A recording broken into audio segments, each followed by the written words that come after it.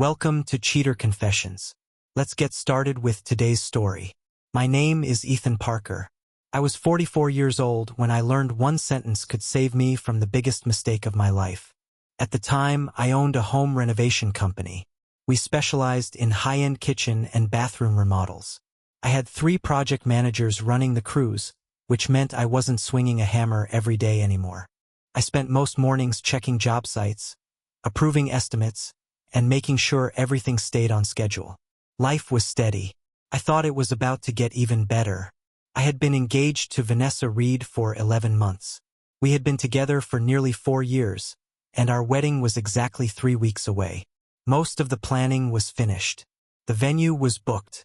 The honeymoon was paid for. Half our furniture had already been moved into my house. The week before she left, Vanessa kissed me while we packed her suitcase. "It'll only be 5 days," she said. "It's just one last girls' trip before I become a wife." I smiled. "Enjoy yourself. Then come home so we can get married."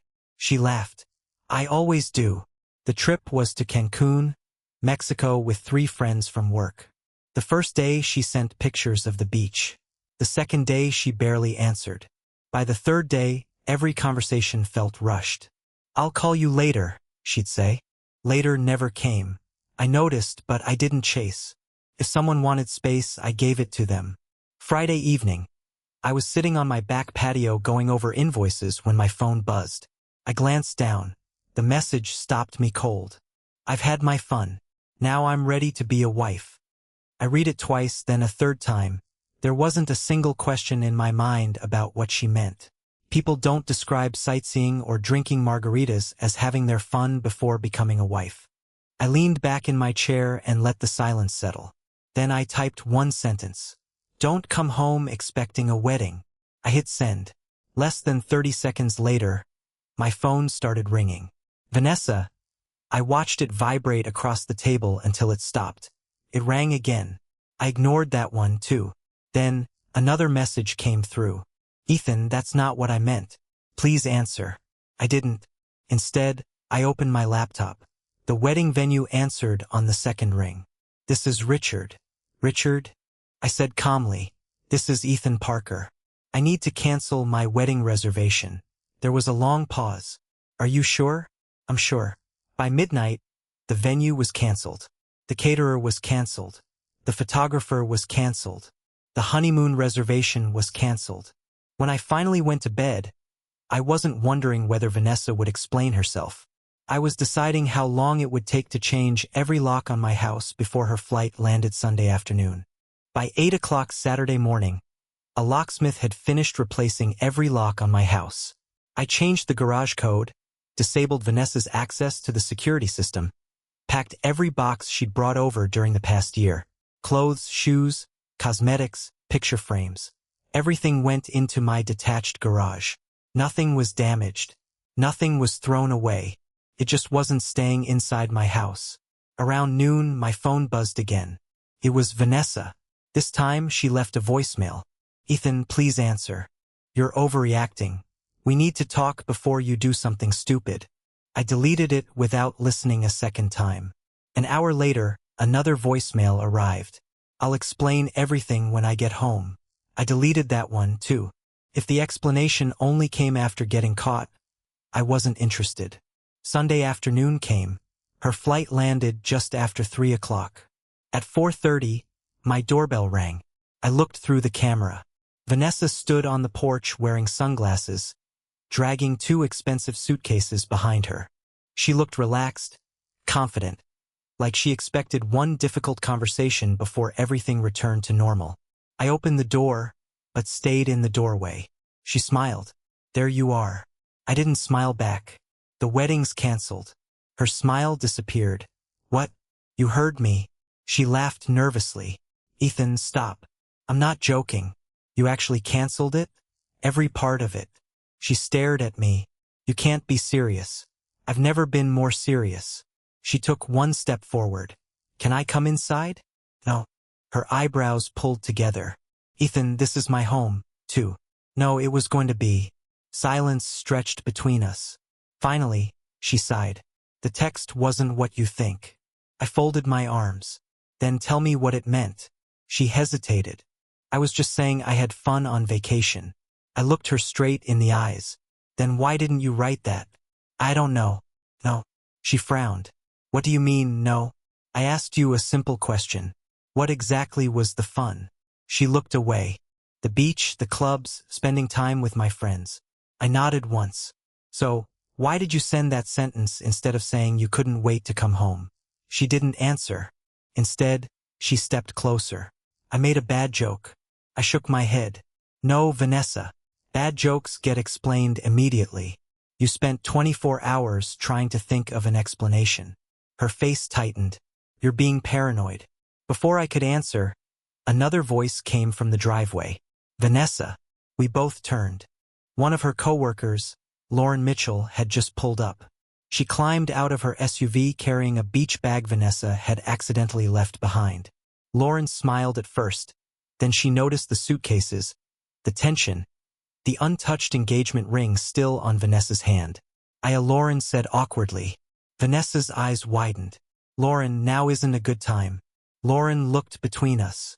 I just wanted to bring your bag. She handed it over. As Vanessa grabbed it, a small envelope slipped from one of the side pockets onto my front porch. Neither woman moved. I picked it up. The front had a name written on it. Daniel. I turned it over. A photo slid out.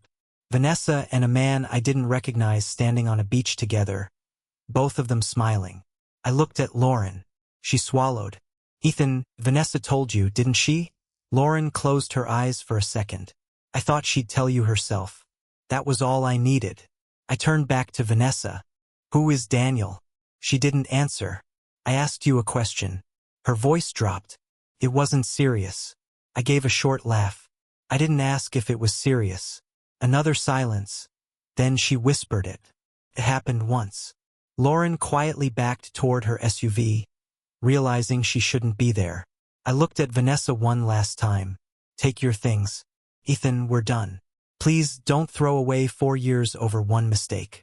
I stepped back inside. You threw it away in Mexico. Then I closed the door. I heard her knocking for another 10 minutes. I never opened it again. Monday morning I met with my attorney before I went to my office. Not because we were married, because untangling a life together before a wedding could still become messy. Vanessa's name wasn't on my house, but we'd signed contracts together for the wedding. Some deposits were refundable, others weren't. I wanted everything settled before emotions got involved. My attorney, Rachel Morgan, flipped through the paperwork. You did the right thing by canceling immediately, she said. The longer you waited, the more expensive this would have become. I don't plan on changing my mind. She nodded. I figured as much. By lunchtime, every vendor had been contacted. The financial damage wasn't nearly as bad as I expected. Losing a few deposits was a cheap price compared to marrying the wrong person. That afternoon, I stopped by one of my renovation projects across town. The electricians were finishing rough wiring, and I walked the house with my project manager. As I left, I noticed a small coffee shop across the street I'd somehow never visited. I walked in. The woman behind the counter looked up. Morning? Little late for morning, I said. She smiled. Fair enough. What can I get you? Black coffee. She poured it without asking another question. When she handed me the cup, she noticed the unopened wedding magazine sticking out of the folder under my arm. Tough week? I looked down at it. I guess you could say that. She didn't ask for details. Instead, she nodded toward the pastry case. First cinnamon rolls on the house. I raised an eyebrow. Why? Because people having a rough week usually don't need 20 questions. I actually smiled. That's a pretty good business strategy. I'm Samantha Hayes. Ethan Parker. Nice to meet you, Ethan. I stayed exactly 5 minutes before heading back to work. Nothing more. Just good coffee and someone who knew when not to pry. That evening, my sister, Megan Parker, came over carrying takeout. She had always been the kind of person who skipped small talk. She set the food on the kitchen counter. So she said she cheated. Yeah. You taking her back? No. Megan smiled. Good. I laughed. That's all you've got? What else is there to say? She opened a container of noodles. A woman who loves you doesn't send a message like that. I nodded. I know. She studied me for a moment. You seem calmer than I expected. I already made my decision. That's why. After dinner, Megan helped me move Vanessa's remaining boxes into a storage unit I'd rented for 30 days. If she doesn't pick this stuff up, Megan asked, I'll donate it. You really aren't leaving the door open. I locked the storage unit. No. 2 days later, my phone buzzed while I was reviewing blueprints. It wasn't Vanessa. It was Lauren. Her message was short. Ethan, there's something you should know. The trip wasn't the beginning. Mexico was just the first time Vanessa stopped hiding it. I called her immediately. Lauren answered on the first ring. You better not be wasting my time. I'm not. She sounded nervous. I shouldn't even be telling you this. Then tell me. Lauren took a deep breath. The guy in Mexico, Daniel. Vanessa had been talking to him online for almost 5 months. 5 months? That meant she had been planning another man while choosing wedding invitations with me. Lauren continued quietly. They met twice before the trip at real estate conferences in Phoenix. Mexico was supposed to be the first time they'd spend several days together. I looked out the office window. Everything suddenly made sense. The late-night phone calls, the smile every time her phone lit up, the way she'd insisted on taking that girl's vacation. It had never been a girl's trip. It had been a test drive for another life. Lauren spoke again. I'm sorry, Ethan. I thanked her and ended the call. Then I deleted Vanessa's contact from my phone. For the first time since this started, I wasn't angry. I was certain. There wasn't a relationship left to save. There had only been a wedding I was smart enough not to walk into. Over the next 2 months, I settled into a routine. Work started before sunrise, job sites during the day, paperwork in the evening. If I had extra time, I'd stop at Samantha's coffee shop. It became a habit. Nothing more. She'd already have a black coffee waiting when I walked in. You renovating another mansion today? She'd ask. Trying to. Don't let rich people convince you white marble is practical. It keeps me employed. She'd laugh and I'd head back to work. There was never any pressure. No flirting. No awkward questions about Vanessa. Just easy conversation. It was exactly what I needed. Vanessa, on the other hand, refused to disappear. She started with emails, then handwritten letters, then flowers left on my porch. Every message sounded the same. I made one mistake. Please don't throw us away. We belong together. I ignored everyone. One Friday afternoon, she finally cornered me. I had just finished inspecting a remodel when I saw her leaning against my truck in the parking lot. She stood up the moment she saw me. We need to talk. We really don't. You won't answer my calls. I blocked your number. Her jaw tightened. Ethan, stop treating me like I'm your enemy. I unlocked my truck, but didn't open the door. You became my problem the moment you chose another man. It wasn't like that. Then tell me how it was. She hesitated. He made me feel exciting. I nodded slowly. So, you traded your fiancé for excitement. I thought I could get it out of my system before we got married. I stared at her. You actually believe that's better? I came back, didn't I? There it is. She frowned. What? The part you still don't understand. She folded her arms. I chose you. No. I shook my head. You came back because he didn't choose you. Her face changed, just for a second. Enough. I had guessed. Now I knew. Daniel dumped you. She looked away. It wasn't that simple. It was exactly that simple. She stepped closer. I was scared. No, you don't understand. I understand perfectly. I pointed toward the passenger side of my truck. You gambled our future because you thought you found something better. Tears filled her eyes. I was coming home to marry you. I know. And that's the problem. She looked confused. You thought marrying me after sleeping with someone else was some kind of favor. She opened her mouth. Nothing came out. At that moment, another pickup pulled into the lot. Samantha climbed out carrying 2 cardboard trays filled with coffee. She smiled when she saw me. I figured your crew could use caffeine. Then she noticed Vanessa. The smile faded. Bad time? Not at all, I said calmly. Samantha walked over and handed me one of the cups. Extra black. Thanks. Vanessa looked between us. Who's she? Samantha answered before I could. I'm Samantha. She offered a polite smile. I own the coffee shop across from Ethan's Oak Street project. Vanessa's eyes narrowed. You two seeing each other? Samantha looked at me. I answered, that's none of your business. Vanessa's voice rose. So, you've already replaced me? I didn't even blink. You replaced yourself. Silence. Cars rolled through the parking lot around us. Nobody spoke. Finally, I opened my truck door. This conversation's over. Ethan, you wanted excitement. I got into the driver's seat. I wanted loyalty. I started the engine. You should have figured out those two things aren't usually found in the same person. I drove away. In the mirror, I watched Vanessa standing alone in the parking lot. Samantha climbed back into her truck and followed me toward the job site. Neither of us said much that afternoon. We didn't need to. Some chapters don't end with shouting. Sometimes they end with one person realizing the door they slammed behind them was locked from the other side. Winter arrived and business was better than ever. We had more renovation projects booked than at any point since I started the company. I promoted one of my foremen to project manager, which gave me more freedom to step away from work without everything depending on me. Life felt lighter. Not because Vanessa was gone, because the chaos she brought with her was gone. Samantha and I still saw each other almost every day. It happened naturally. One evening she locked up the coffee shop and found me loading tools into my truck. You eaten yet? She asked. Not unless beef jerky counts.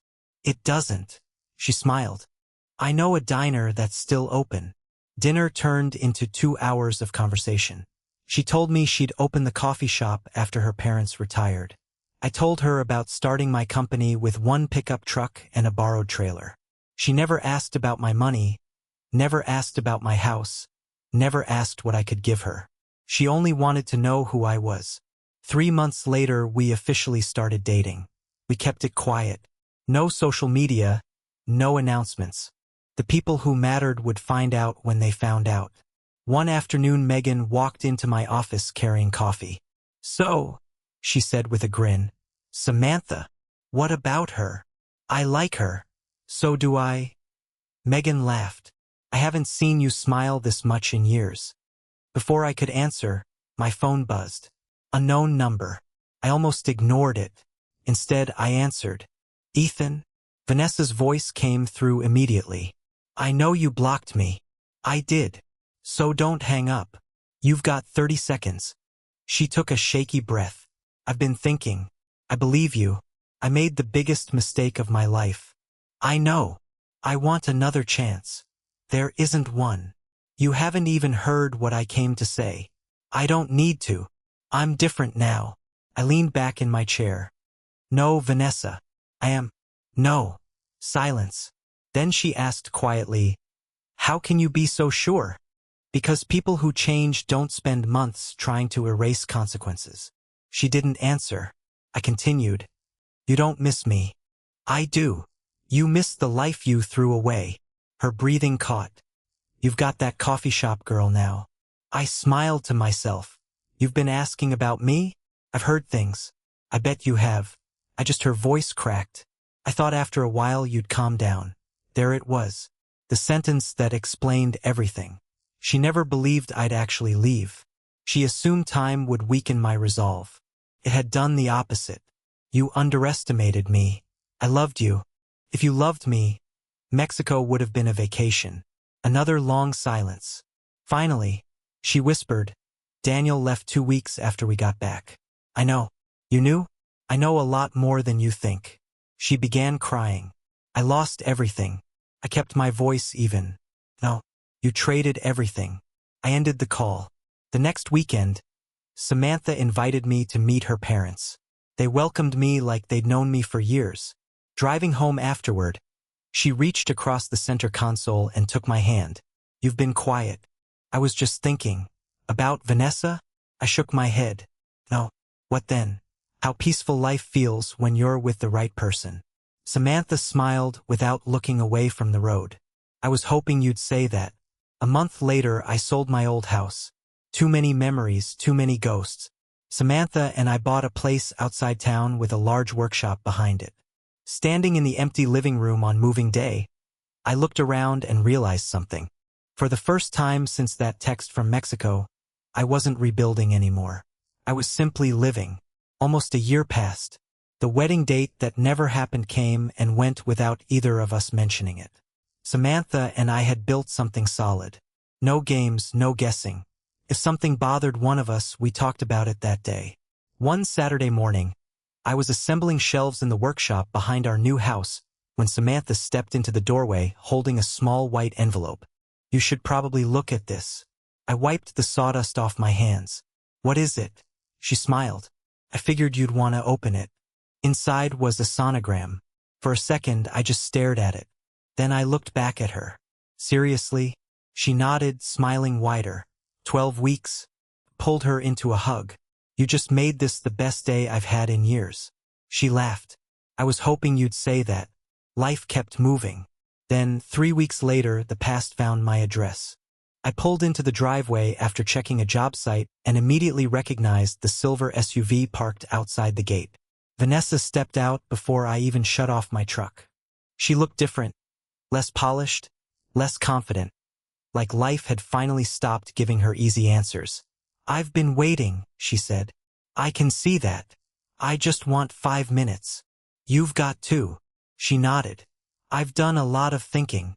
I imagine you have. I know why everything happened. I folded my arms. Enlighten me. I kept chasing excitement. And I didn't realize peace was worth more. I looked at her without saying a word. She continued. I've spent the last year trying to fix myself. I hope you have. I have. She stepped closer. I know we can't erase what happened. We can't. But maybe she hesitated. Maybe we could start over. I actually smiled, not because it was funny, because she still didn't understand. Vanessa. What? There isn't a starting point anymore. I know you're seeing someone. I'm not just seeing someone. She frowned. What does that mean? Before I answered, the front door opened. Samantha walked onto the porch carrying a basket of folded baby clothes. She was wearing one of my old work shirts. Her pregnancy was impossible to miss now. She smiled when she saw me. I found the rest of the newborn clothes. Then she noticed Vanessa. Samantha looked at me. You okay? I'm fine. She walked over and slipped her hand into mine without saying another word. Vanessa's eyes dropped to Samantha's stomach. Every bit of color disappeared from her face. She whispered, You're having a baby. Yes, I said. We are.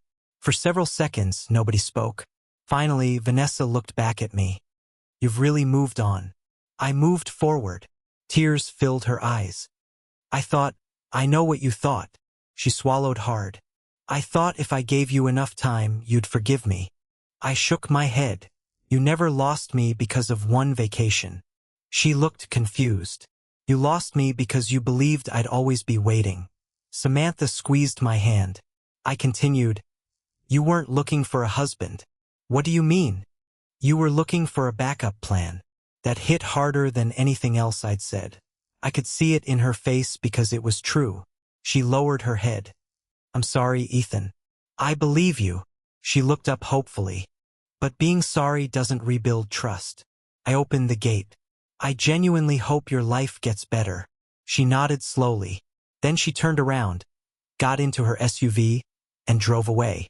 Neither Samantha nor I watched her leave. There wasn't any reason to. 6 months later, Samantha and I were married. We didn't book a ballroom. We didn't spend a fortune trying to impress people we barely knew. A close friend let us use the garden behind his house. About 30 people came. Family, close friends, a few employees who had been with me since the company's early days. Megan stood beside me as my best woman. Samantha's father walked her down the aisle. Everything about the day felt honest. No pretending, no performance, just 2 people choosing each other.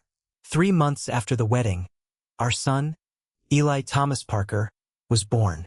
The first time I held him, every late night, every canceled contract, Every hard decision suddenly made sense. I wasn't thinking about what I'd lost. I was looking at everything I'd gained. Megan came to the hospital carrying balloons. She looked at Eli and laughed. You know what? If Vanessa hadn't sent that stupid text, this little guy wouldn't exist. I smiled. I thought about that. She patted my shoulder. Funny how life works. Business kept growing. I opened a fourth renovation division and stepped even farther away from the day-to-day work. My project managers handled almost everything. That gave me something money couldn't buy. Time. Time with Samantha. Time with Eli.